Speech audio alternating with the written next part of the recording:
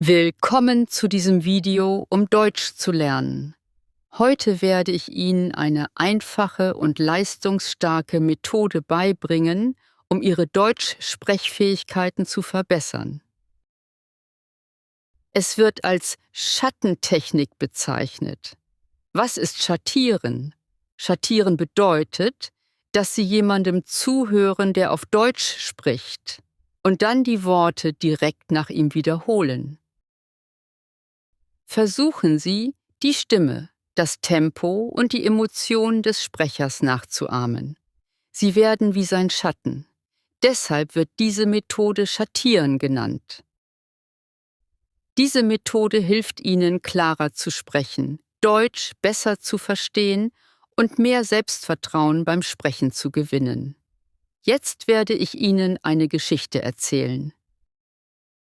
Diese Geschichte handelt von einem Mädchen, das auch die Hauptfigur ist. Die Geschichte heißt Ich ging zum Flughafen.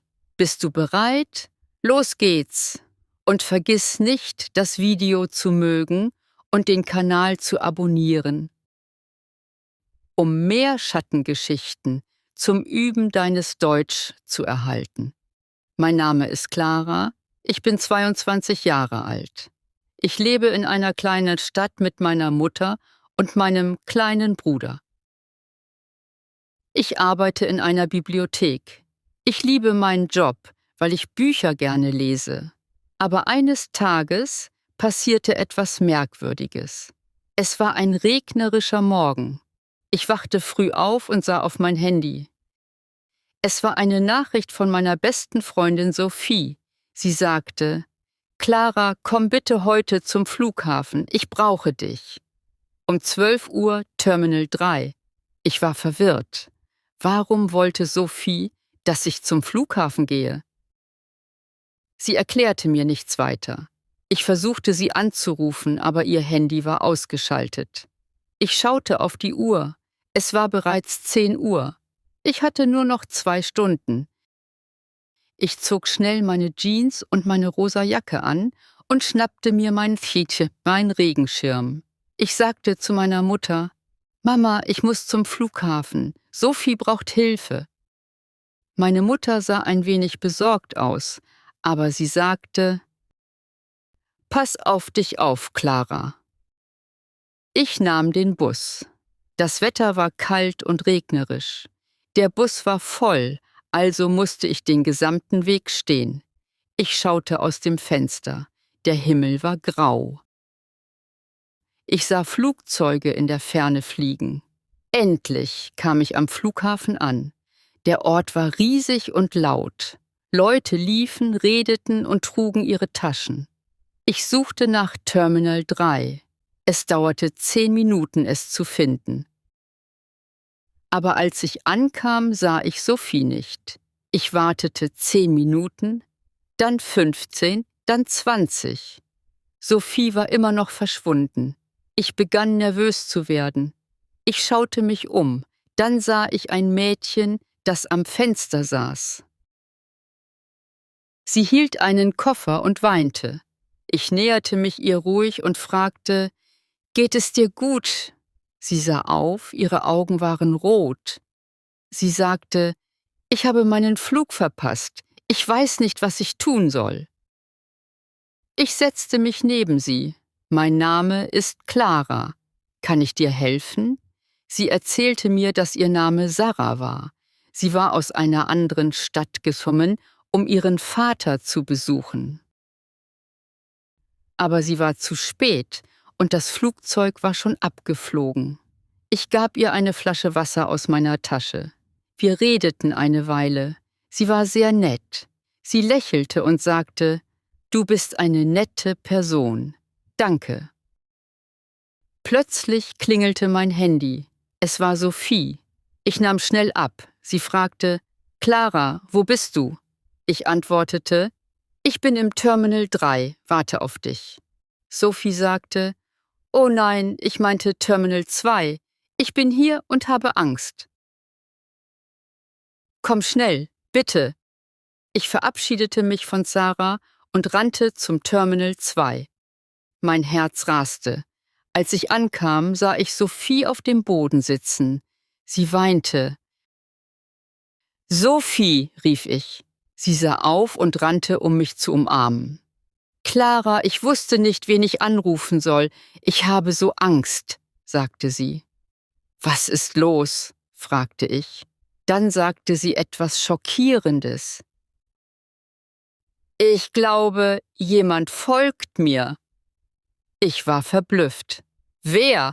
Warum?« »Ich weiß es nicht«, sagte Sophie. »Im Bus habe ich einen Mann gesehen, der mich anschaute.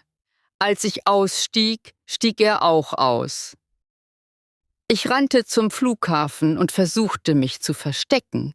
Ich schaute mich um. Der Flughafen war voll mit Leuten.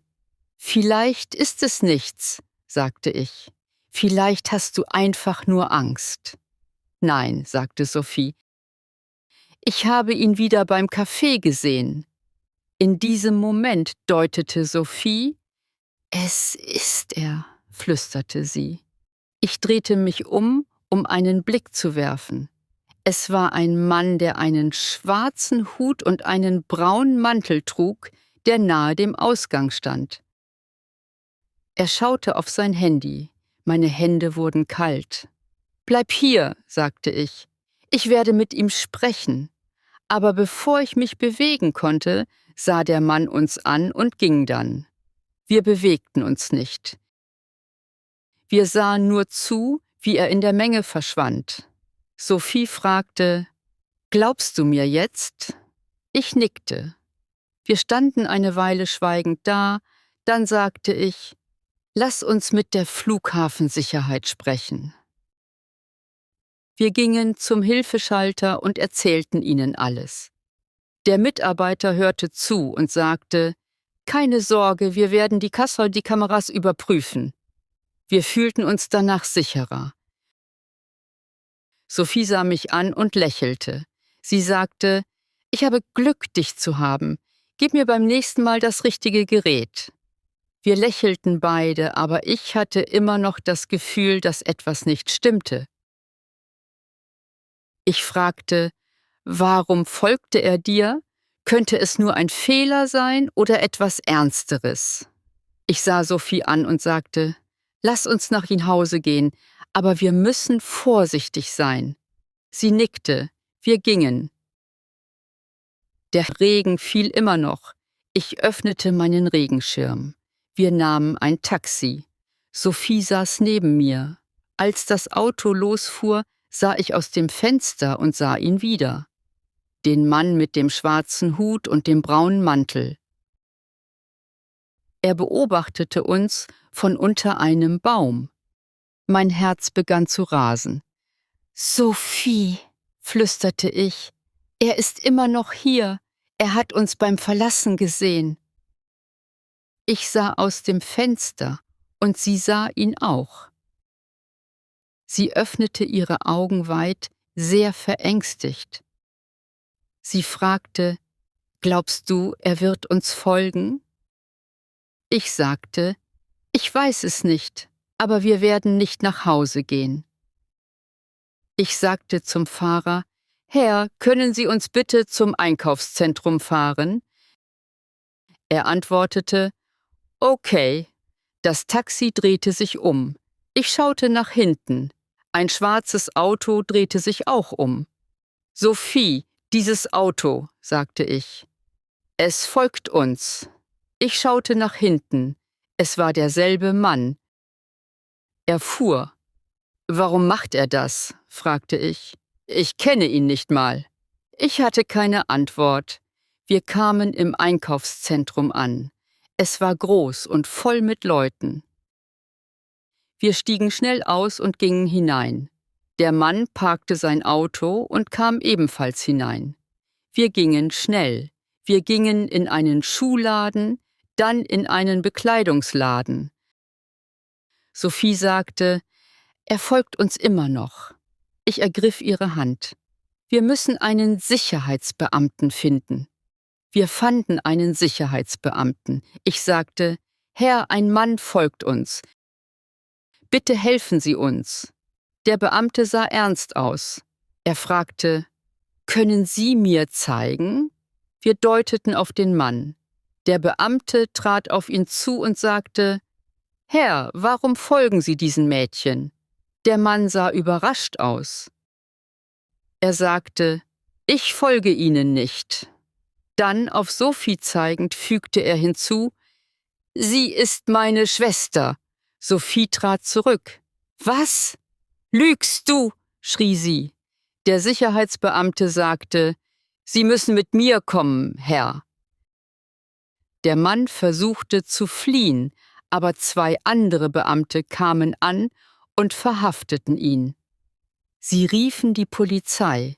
Wir saßen und warteten. Eine nette Frau brachte uns Tee. Sophie zitterte.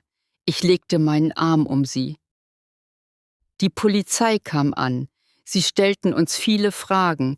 Sie überprüften auch die Kameras im Einkaufszentrum. Nach einer Weile kam ein Polizist zurück und sagte, »Du hattest recht, er folgte dir vom Flughafen.« »Warum hat er das getan?« fragte ich. Der Polizist sagte, dass er Bilder von Sophie auf seinem Handy hatte und auch ihren Namen und ihre Adresse kannte. Sophie sah schockiert aus. »Aber wie? Wer ist er?« fragte sie. Die Polizei sagte, »Wir überprüfen noch, aber wir denken, er könnte ein privater Ermittler sein. Vielleicht hat ihn jemand engagiert, um dir zu folgen.« Sophie flüsterte, »Nein, es kann nicht er sein.« Ich sah sie an. »Wer hat ihn engagiert?« Sie sah nach unten und sagte, »Mein Ex-Freund, wir haben's uns letzten Monat getrennt. Er war sehr wütend.« Der Polizist sagte, »Das könnte der Grund sein, aber wir werden weiter ermitteln.« Sophie fing an zu weinen. Ich hatte solche Angst. Ich umarmte sie. »Bist du jetzt okay? Bist du sicher?« Nach ein paar Stunden ließ uns die Polizei gehen. Sie sagten, »Wir werden dich kontaktieren, wenn wir mehr Informationen brauchen.« Als wir gingen, regnete es immer noch. Aber jetzt fühlte sich der Regen leichter an, als ob die Dinge besser werden würden. Wir nahmen ein Taxi nach Hause. Im Auto legte Sophie ihren Kopf auf meine Schulter. Sie sah müde aus, aber beruhigt. Als wir zu Hause ankamen, öffnete meine Mutter die Tür. Sie sah sehr besorgt aus. Sie fragte mich, »Wo wart ihr, Mädchen?« Ich sah die Nachrichten über etwas im Flughafen. Ich erzählte ihr alles. Sie umarmte uns und sagte, »Ihr seid meine mutigen Mädchen.« In dieser Nacht konnte ich nicht schlafen. Ich dachte an den ganzen Tag. Die merkwürdige Nachricht, der Weg zum Flughafen, das Treffen mit Sarah, der Mann mit dem schwarzen Hut. Vieles passierte an einem Tag, aber ich fühlte mich stolz auf mich selbst. Ich habe jemandem geholfen, den ich nicht kannte. Ich blieb bei meiner besten Freundin und schützte sie. Ich blieb ruhig, selbst als ich Angst hatte. Eine Woche später passierte etwas Schönes. Ich war in der Bibliothek und half einem Kunden. Plötzlich hörte ich jemanden, der meinen Namen rief. »Clara!« Ich drehte mich um. Es war Sarah, das Mädchen vom Flughafen. Sie lächelte. Sie sagte, »Ich hab dich gefunden.« Ich lachte. »Erinnerst du dich an den Namen meiner Bibliothek?« Ich nickte. »Ja, ich wollte dir nochmal danken. Du hast mir an diesem Tag geholfen.« Wir setzten uns zusammen auf einen Kaffee. Sie erzählte mir, dass sie ihren Vater später an diesem Abend getroffen hatte und jetzt in unserer Stadt lebte. Sie sagte, »Ich kenne hier nicht viele Leute. Können wir Freunde sein?« Ich lächelte. »Ja, ich hoffe es.« An diesem Tag habe ich etwas Wichtiges gelernt. Manchmal passieren erschreckende Dinge. Manchmal verstehen wir nicht, warum sie passieren. Aber wenn wir Mut haben, anderen helfen und freundlich bleiben, können nach schwierigen Zeiten schöne Dinge passieren. Ich ging zum Flughafen, nur um meiner Freundin zu helfen, aber ich fand mehr als das. Ich fand Mut, ich fand eine neue Freundschaft und ich fand meine Stärke. Jetzt ist es deine Turn.